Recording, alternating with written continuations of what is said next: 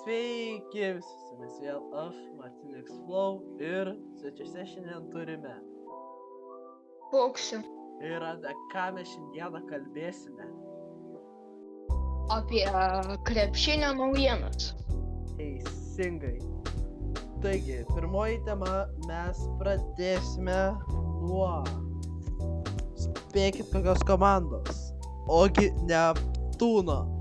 Tai visi žinome, kad Neptūnas neseniai žaidė prieš Lietkabelį ir laimėjo rezultatu 96-84. Tai ką manai apie tokią Neptūno pergalę, Fuksiau?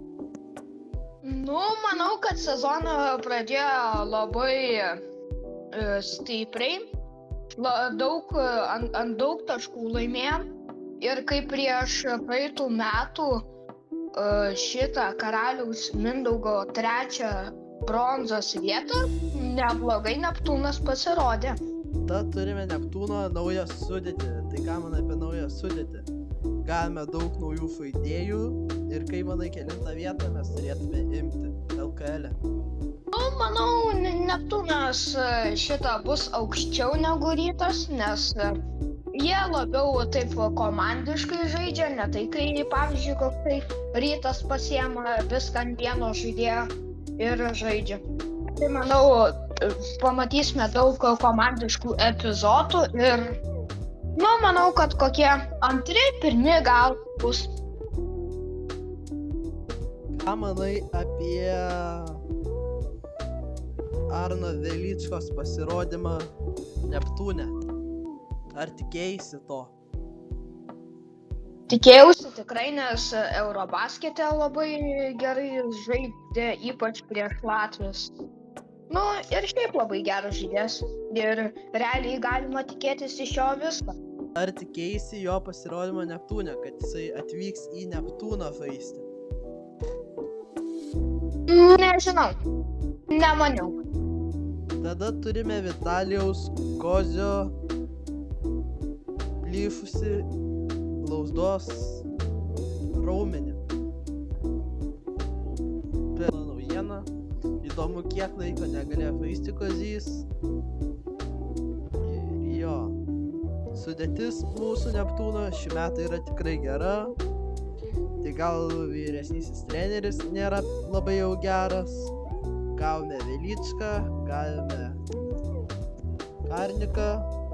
James Karniką, gavome Donatą Tarolį ir Harrison Flerį, Jordan Tuckerį, o iš Latvių rinktinės gavome Richard Lomav. Tai ką manai, kai Neptūnas turi 2 rinktinės žaidėjus? Lietuvos rinktinės žaidėją ir Lietuvos rinktinės ir Latvijos rinktinės žaidėjus. Ką manai apie tai? Manau, Neptūnui yra geras pasiekimas turėti tokius 2 žaidėjus, kurie sugeba patekti į rinktinės ir už ją žaisti. Kaip manai, ar Velička Latvių rinktinės košmaras nėra košmaras Lomavui, sekančiam Neptūno žaidėjui? Manau, ką jisai ten kalbėjo prieš tą mačą prieš Latviją ir Lietuvą, prisikalbėjo ir Velička Taigi, baigėme temą su Neptūnu, dabar einame prie temos LKL komandos. Tai LKL atsirado nauja komanda, Gargždų Gargždai, ji pakeitė Mažeikių Erelius ir dabar komandos yra Rytas, Neptūnas, Žalgiris, Šiauliai, Gargždų Gargždai, Sibetas, Lietkabelis, Nevėžis ir Juventusas. Turime 9 komandas ir kaip manai, kaip sužais Gargždų Gargždai šį sezoną?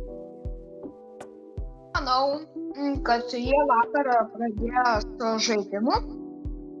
Neblogai su Šiauliais atsilaikė, bet paskui šitą pastrigo. Ir manau, kad jiem reikia daugiau komandiškumo, labiau susikaupti, ir pasiimti gerą vietą LKL lentelę. Taipogi primenu, kad Deividas Gailius iš Klaipėdos Neptūno migravo į Gargždus. Ir tiek naujienų apie LKL komandas. Ar dar turi ką pabrėžti, Fuksiu? Galiu pabrėžti, kad Utenos Juventus komandos vadovas Eimantas Skertis neliko patenkintas LKL veiksmais, dėliojant lygos tvarkaraštį, kai jo vadovaujamas klubas Bulgarijoje grūmėsi dėl patekimo į FIBA čempionų lygą. Uteniškiai atrankoje jau įveikė pirmąjį etapą, o antrame etape šiandien pirmadienį rungtyniaus su Mursijos UTAN. Tai vat. Tai tokios naujienos apie LKL komandas. Tai dabar einame prie jau gan senos temos. Lietuvos rinktinės. Jau seniai mums užsibaigė Eurobasketas ir jo, mes pralaimėjome graikams. Primenu, kad rezultatas buvo, spėkit koksai. Rezultatas buvo nesėkmingas Lietuvai. Ir labai liūdna. O rezultatą pasakysime po 5 sekundžių. 5, 4, 3, 2, 1.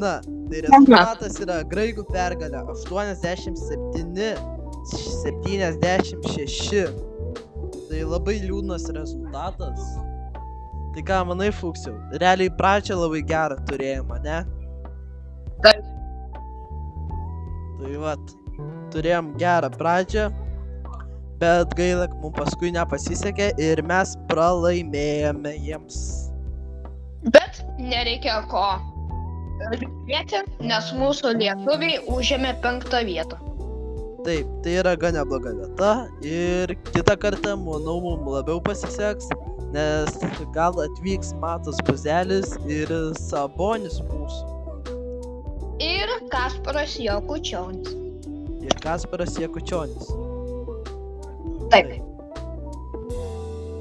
Tada naujienas apie Žalgirį. Tai Žalgiris prarado Green White Boys, prarado savo fanus. Tai kaip apie tai, Fuksiau? Ką gali apie tai pakalbėti? Manau, kad čia yra Žalgiriui labai bloga netektis. Ir labai liūdina. Tokius stiprius fanus. Ir kaip, nežinau, kaip žaidėjai žaidžia aplink tylą, nes jie buvo svarbiausi. Ir jiems nebus tiesiog motyvacijos žaisti. Tai jo. Tai gaila, toksai liūdnas. Jo. Ir jo. Tada yra rungtynių laikas sugedęs. Kai žaidė Neptūnas prieš Lietkabelį, buvo sugriuvęs laikas, pirmosius 2 kėlinius nerodė laiko, o rodė tik tais rimi reklamą. Tai ką apie tai manai?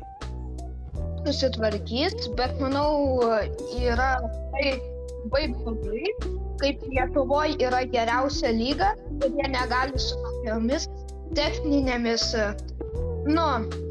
susitvarkyti techniniais reikalais, tad yra labai blogai ir jie buvo taip su laiku blogai ir tai Žalgiris žaidė prieš Jonavą.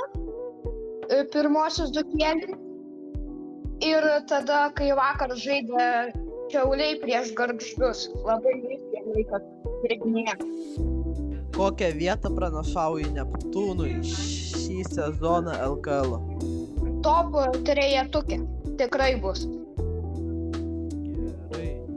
Ar Žalgiris išlaikys dominavimą LKL? Jeigu fanai sugrįš, tas palaikymas grįš, tada gal gal ir apgins titulą, nes prieš Jonavą tai pradėjo labai stipriai ir juos vedė naujas naujokas, kurio vardas yra Mosas Braitas. Tada naujas Žalgirio veidas. Žalgiris gavo labai daug naujokų ir kai kurie iš jų yra labai patyrę, geri.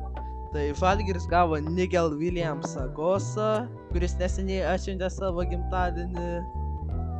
Moses Braitą, jei neklystu, Maodo Lo, Dustin Slyvą. Ir toliau nėra tokių labai jau pažengusių žaidėjų. Dar dabartinis vyresnysis treneris Žalgirio yra Tomas Masiulis, o jo asistentas Mantas Šernius ir Renaldas Eibutis. Tai ką apie tai manai? Apie šią sudėtį? Manau, labai gera komanda, bet kad jie gerai žaistų, jiems reikės laiko priprasti kartu, nes kai gerai, bet Nigel Williamsas Gosas turės komandiškumą su Moses Braitu, bet jis neturės ir labai pastriks, pavyzdžiui, ant kažkokių žaidybių. Lis ar europinė tvirtovė? Kaip Eurolygos kovos veikia Žalgirio žaidimą LKL? Geras klausimas. Tada dar galime pakalbėti toliau nuo LKL, kad į Eurocupą atėjo Neptūnas. Ir mes turėtume, ar mes pateksime į ketvirtfinalį, čia yra didelis klausimas. Nežinau taip, bet gal toliau nežinau, nes jų pirmas Eurocupo, šitą sezoną, tai nežinau. Tada mūsų pirmieji priešininkai yra Lenkai, Sklas Vroclav ir mes žaisime rugsėjo 38 valandą. Ir kaip manai, koks bus rezultatas? Manau, Neptūnas tikrai nusineš Lenkus ir laimės ant 12 taškų.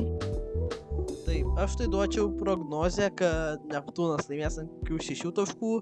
Vis tiek Vroclavas yra gan stipri komanda, gal net ant +3, +4 laimėsim, nežinau, bet tikiuosi laimėti. Manau, kad pergalė mūsų. Ir kokias dar mes turime temas? Tai sekančia KMT. Ar žinai, kada vyks sekantis KMT?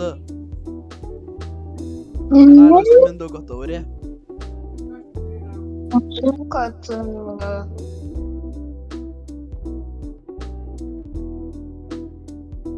ir dar galim pakalbėti už Eurocupo ir už LKL ribų, apie Eurolygą ir kad labai visi vertina Žalgirį, pavyzdžiui, kaip Vasilija Misičius galvoja, kad šį sezoną Žalgiris tiks toli už įkrintamųjų ribos ir, pavyzdžiui, kaip Zach Ledėlį. Mūsų paskutinioji tema yra Eurolyga, tai dabar aptarsime jos komandas. Tai primenu, kad Eurolygoje dabar žaidžia kelios naujos komandos, o iš viso dabar Eurolygoje yra, ir žinote, kiek komandų? 20 komandų, ir jos yra Monakas, Maccabi Tel Avivas, Virtus Bologna, Partizanai, Barcelona, Milanas, Fenerbahce, Paryžius, Paris, Lyon, Villeurbanne, tada Panathinaikos, Žalgiris, Baskonija, Real Madridas, Crvenas Zvezdas, Bayern Munichas, APL Tel Avivas, Olympiakos, Valencia Basket, Anadolu Efes ir Dubajus jau įsijungė į Eurolygą. Tai kaip manai, kelintą vietą turėtų užimti Žalgiris tarp šių komandų? Pagal mano manymu, labai geri žaidėjai, Labai gera sudėtį. Masiulis esas, buvo Šarūno Jasikevičiaus asistentas ir manau, kad labai gerų nu, rotacijų dar kažko. Ir manau, kad jie kokį 7-6 vietą. Jo, aš pranašauju Žalgiriui apie 10-12 kažką tokio.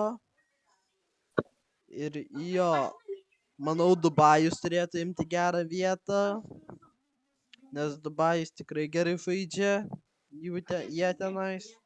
Bet yra šansų, kad ir susileis kokiem Partizanam, nes per paskutinės rungtynes, jei neklystu, buvo paskutinės rungtynės. Aš kažkiek ten numačiau, kad Partizanai laimėjo 114-97, bet ir Dubajus yra laimėjęs. Paskutinės rungtynės, man rodos, laimėjo Dubajus. Bet prieš tai, šiais metais irgi, atsimenu, yra ir Partizanai laimėję prieš Dubajų. ABA lygoje. Ir va, tokios naujienos. Žiūrėsim, kaip čia bus. Bet manau, Dubajus tikrai jums gal neblogą vietą. Tikrai atsidurs kažkur panašiai kaip Žalgiris. Ir jo, kaip manai dar, Fuksiau, kas bus Eurolygos nugalėtojas? Aš manau, kad Eurolygos nugalėtojai bus Olympiakos arba Panathinaikos, nes jie tikrai abudu turi gerą sudėtį ir tikrai stiprią, nevaikišką sudėtį. Ir jo, ne kažką žaisti prieš juos. Gerai, aš manau, kad Fenerbahce turi potencialą atsidurti top 3 ar net pirmoje vietoje. Tai jo, šiandieną tiek naujienų. Su jumis buvau vėl aš, Martynas Klau, ir pas mus svečiuose buvo kas? Laukti. Ir jo, ir mes kartu sakome Ate. viso gero.